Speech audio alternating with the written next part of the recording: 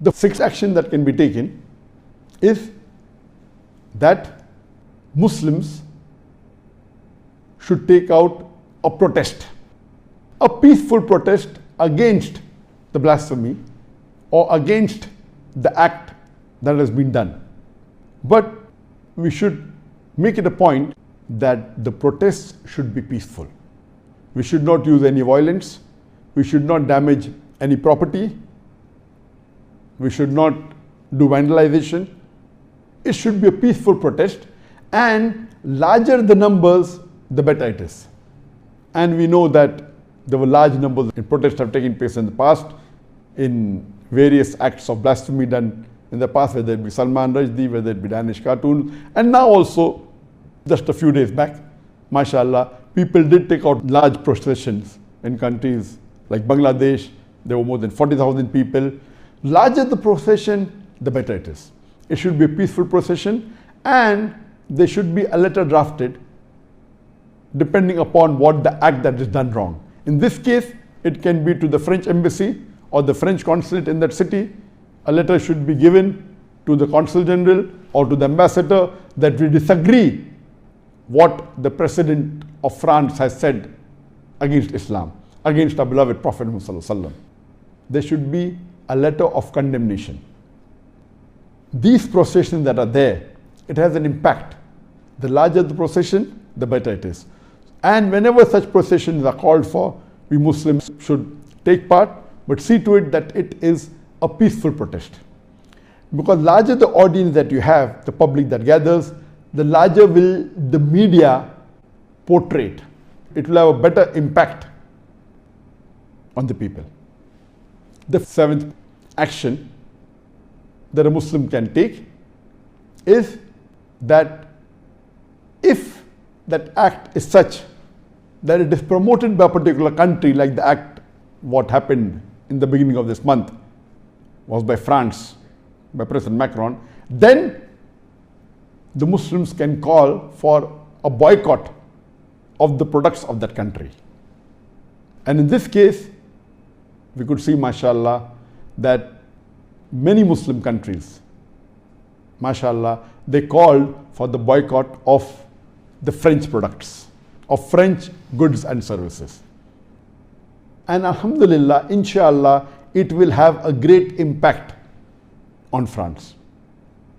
And in this campaign that I did on my Facebook, I made 5 posts last Wednesday, about 3 days ago, mentioning that we should boycott the products of France and the services.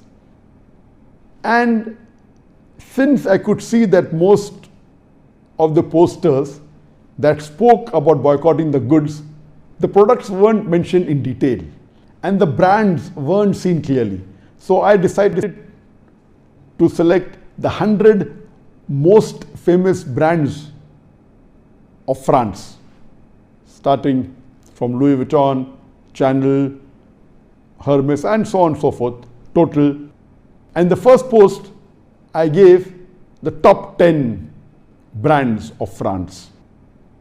The second post, the top 11 to 25 brands of France.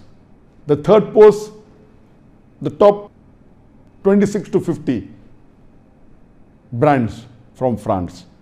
And the fourth post, the top 51 to 75 brands of France. And the fifth post, top 76 to 100. So I divided so that the brands could be seen clearly.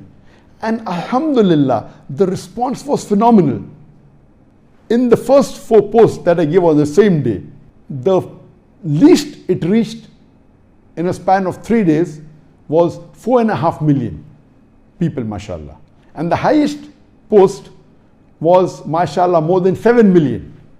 Normally, on my Facebook, as I told you, though there are 22.6 million followers, normally when I give a post, it reaches about 500,000 people, 800,000 people. If it's more popular, 1 million, sometimes 2 million. But mashallah, this time, though all the posts were similar, one post reached more than 7 million in a span of less than 3 days. I checked today, before it reached 3 days, mashallah, 7 million people read that message. And the lowest among the 4 posts was 4.5 million people. So all these 4 posts put together, 22 million people, mashallah, read these posts.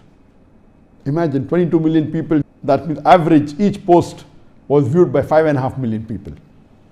As I said, that when a campaign is done, we should see to it that we don't leave all our activities. I decided to do this campaign on my Facebook for 5 days only, because I'm involved in other dawah activities. We should not stop all other activities, and all of us are concentrating on this for months together. Yes, we have to take out some time, maybe 5 days, 6 days, 1 week, and then continue with activities. And there should be others who carry forward, which I will discuss later in my 14th point.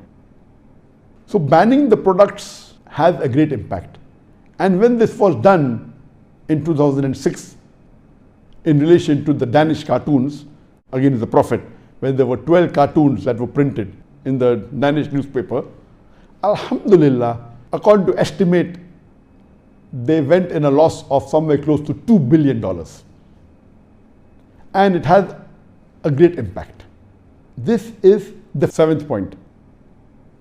The 8th point is that every Muslim should contribute for this cause, whatever he can. If he is a rich man, he can give a big amount. Even if he's poor, he should not say that what will my few dollars do? Because if Allah has given someone a capacity to donate $10 million and he donates only $1 million, and Allah has given someone a capacity to donate $10 and he donates $20, this poor man who donates $20 will get multiple times more sawab than the rich man who has donated $1 million. So Allah will see on what capacity he has given you. Based on that. So percentage is more important than the amount. If Allah has given you a capacity to spread the message to 1 million people, and you spread it only to 500,000 people, Allah has given you a capacity to spread to 100 people, and you spread to 200 people, your sawab will be much more than the other person. So whatever you can contribute for the full cause, whether to have protests or whether to have programs, whether to put on the billboard, give it to organizations involved in this, or donate for the cause, whatever you can, at least there's a sense of belonging that you are giving your hard-earned money for this cause to the best of your ability. I am putting the points in the order that a common man can do, and then going to those points which is difficult for everyone to do. So as far as the first 8 points are concerned, almost all the Muslims can get involved. Number 1, condemning and agree the act is wrong. Number 2, using the social media to spread it as much as they can. Number 3, you can distribute booklets or pamphlets on the life of Prophet Muhammad. Number 4, pointing out this issue to the important people who they think are public opinion makers. Number 5, you can put billboards, hire big billboards in important cities and put statements of our beloved Prophet, the hadith of the Prophet, what non-Muslims said about the Prophet, statements of important non-Muslim personalities, how they praise the Prophet. Number 6 is taking out a peaceful protest procession. Number 7 is banning the product of that country if it involves. The 8th point is that every Muslim should contribute for this cause, whatever he can. Depending upon the blasphemy and who has done it, these 15 points will keep on differing.